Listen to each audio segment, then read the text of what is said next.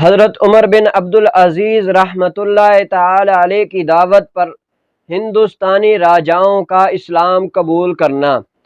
حضرت عمر بن عبدالعزیز رحمۃ اللہ علیہ نے اپنی دور خلافت میں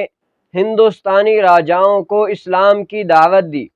اور ان کی دعوت کا طریقہ یہ تھا کہ انہوں نے خطوط کے ذریعے ان کو اسلام کی دعوت دی اور ان سے یہ وعدہ کیا کہ اگر تم نے اسلام قبول کر لیا تو تم کو اپنی سلطنتوں پر برقرار رکھا جائے گا اور تم کو اپنی بادشاہتوں پر برقرار رکھا جائے گا، اور تمہارے حقوق وہی ہوں گے جو مسلمان بادشاہوں کے حقوق ہوتے ہیں۔ تو حضرت عمر بن عبدالعزیز رحمۃ اللہ تعالی علیہ کے اخلاق و کردار کی وہاں پر خبر پہنچ چکی تھی، تو انہوں نے اسلام قبول کیا۔ اسلام قبول کرنے کے بعد اپنے ناموں کو یعنی ہندوستانی ناموں کو تبدیل کر کے اسلامی ناموں کے ساتھ جوڑ دیا۔